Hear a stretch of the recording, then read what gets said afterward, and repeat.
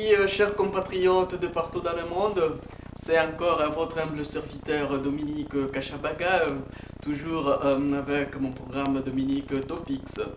En fait, aujourd'hui, je suis venu vous parler sur les problèmes qui concernent la valorisation de nos langues maternelles dans le système d'enseignement au Congo. Ce que nous voyons aujourd'hui, nos langues maternelles, chers frères et sœurs, du partout dans le monde, sont minimisées dans nos institutions et dans nos écoles au Congo. Ce que nous voyons aujourd'hui, comme vous le savez bien, le Congo jusqu'à aujourd'hui, nous continuons à utiliser le curriculum d'éducation laissé par les colonialistes belges. Quand le Belge avait laissé ce plan d'éducation, il savait que je dois mentalement enslève ces gens, c'est-à-dire toujours les garder dans l'esclavagisme mental, en les forçant, en les adaptant sur ma langue européenne, qui est le français, au lieu que nous soyons vraiment focalisés sur nos propres langues maternelles, comme le Swahili, le Lingala, le Chiluba et le Kikongo. C'est triste, chers frères et sœurs de partout dans le monde, de voir que à nos écoles, nos langues propres de nos ancêtres sont minimisées. Les cours comme les cours de Swahili, ça se termine seulement à l'école primaire. Et à l'école primaire aussi, c'est moins de 20 points, 20%. Donc, les élèves s'en foutent. Le cours du Swahili. De l'autre côté du Congo, vers Kinshasa, la même chose. Le cours de Lingala, ça se limite aussi à l'école primaire. Quand vous montez déjà à l'école secondaire, c'est fini. On n'en parle même plus. C'est inacceptable. C'est inacceptable. J'ai parlé à un blanc professeur ici un jour que, tu sais mon frère, chez moi au Congo, si tu échoues le cours de français à l'école secondaire, c'est difficile de passer la classe. Ah, le prof était surpris. Pourquoi? Il m'a dit, ouais, pourquoi? Je lui ai dit, c'est pas, c'est ça notre pays. Donc tu échoues le cours de français au Congo, et tu le savais vraiment, l'école secondaire, tu fais tout pour passer le cours de français. C'est une leçon mère.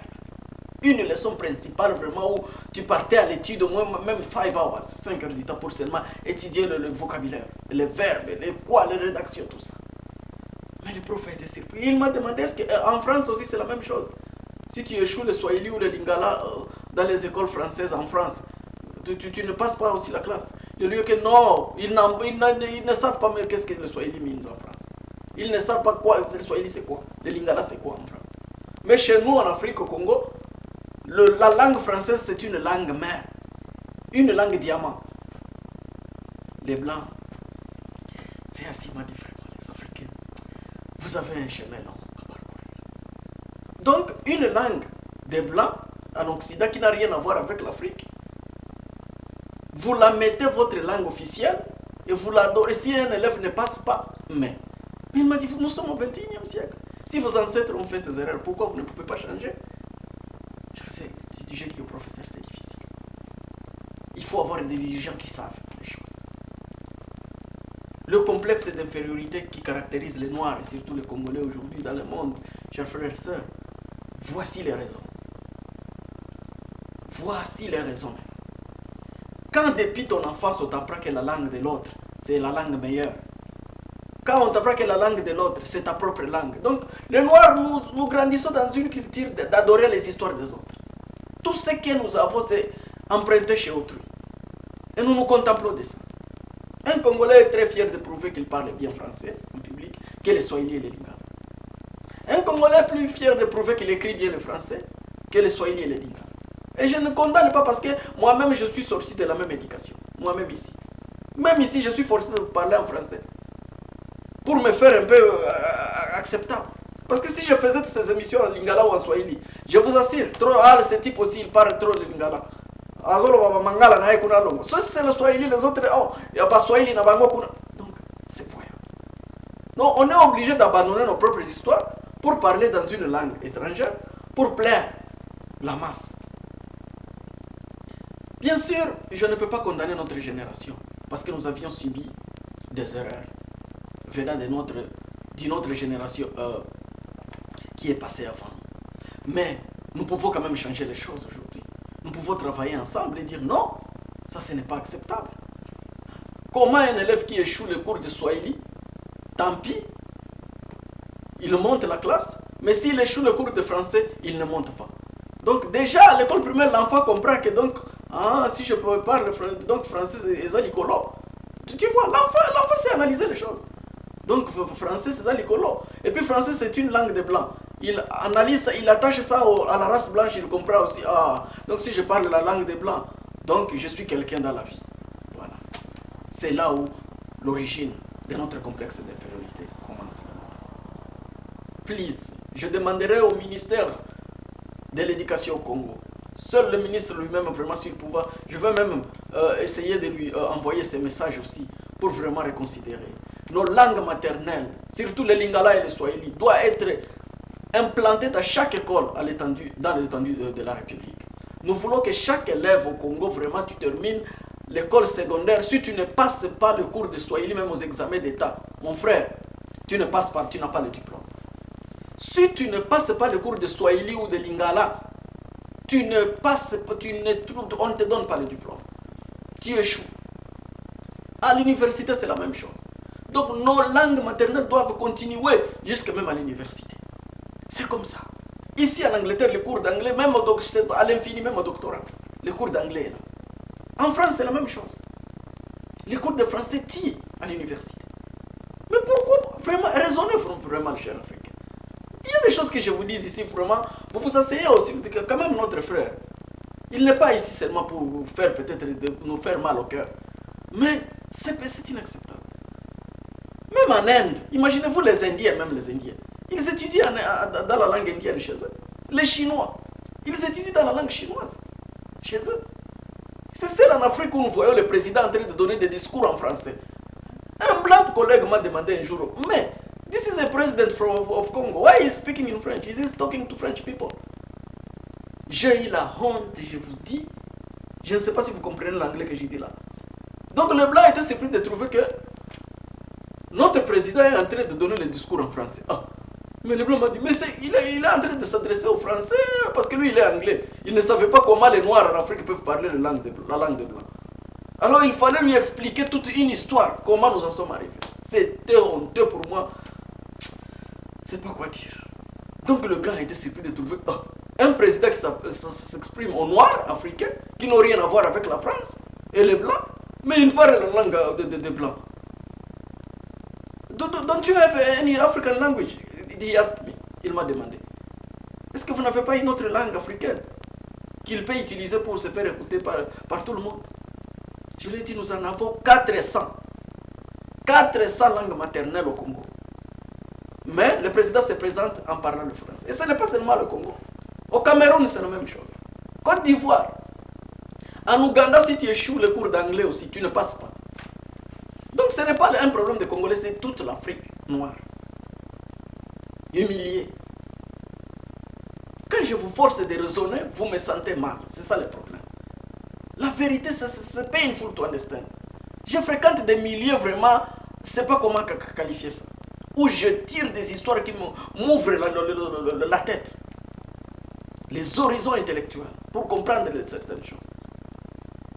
Vous paraissez devant le public montrer que vous parlez trop français, mais le français lui-même te rigole. Te dit dans la malandangombe, villageois. Ozo kima monogona ozo lingomi bimisa danser en français, en anglais, villageois. Longwa kuna. Tu rêves ça que danser ça quoi. Nous nous humilions au point que nous ne savons pas même. C'est inacceptable. Please, cher gouvernement, insistez que si un élève, le cours de Swahili et de Lingala doit être imposé depuis l'école maternelle même. L'école maternelle, l'école primaire, l'école secondaire, jusqu'à l'université. Si tu ne passes pas, ma soeur, tu ne passes pas le cours de Swahili et de Lingala, bien écrire et bien parler, ma soeur, le diplôme tu n'as pas.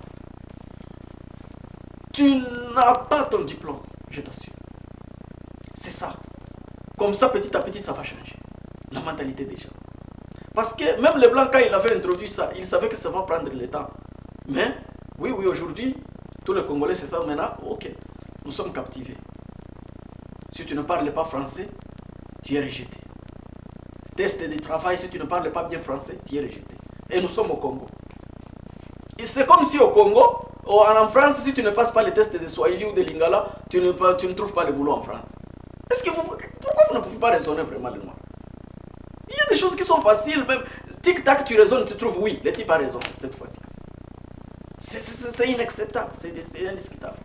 Mais au lieu d'accepter la vérité, vous me haïssez maintenant. C'est ça qui me fait confuse. Au lieu d'accepter la vérité, oui, notre frère nous dit la vérité, et d'analyser. Parce que la vérité vous choque, vous devenez maintenant contre moi. Au lieu de devenir contre le message. Toi-même, là où tu t'assois dans ton lit, vraiment, c'est inacceptable. Qu'en France, si tu ne passes pas le cours de Swahili, ils ne savent pas qu'est-ce que le Swahili signifie même en France.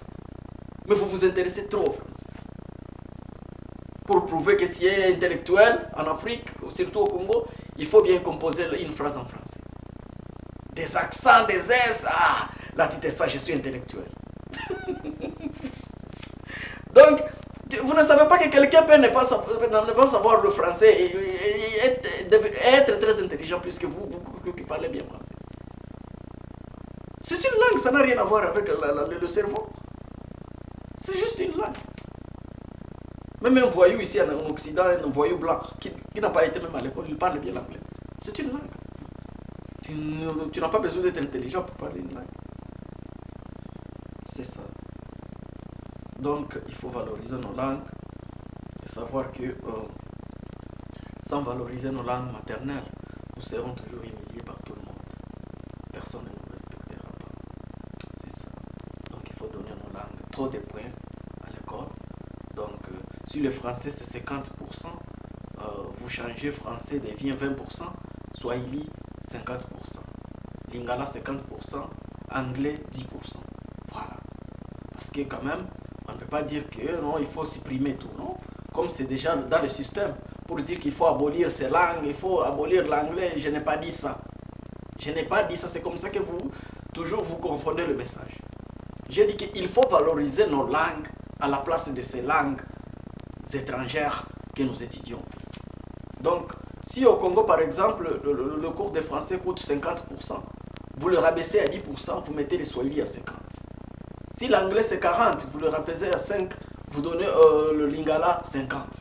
Voilà. Comme ça, les enfants commenceront à grandir. Oui, j'étudie aussi le français, je peux aussi parler bien le français. Mais je suis bien qualifié, je suis bien focalisé dans les Swahili et les Lingala.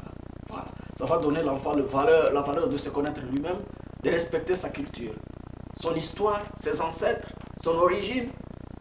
Et le complexe là, du petit à petit, va commencer à diminuer. C'est ça.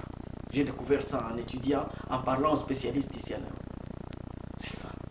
Le blanc savait, le belge savait que si j'impose ma langue dans les têtes de ces gens, parce que c'est indirect, il faut savoir la psychologie pour comprendre comment ces histoires travaillent.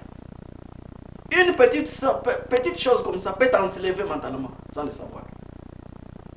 Tu grandis avec ça, tu te contentes avec ça, pourtant tu es slave, tu es esclave, sans le savoir.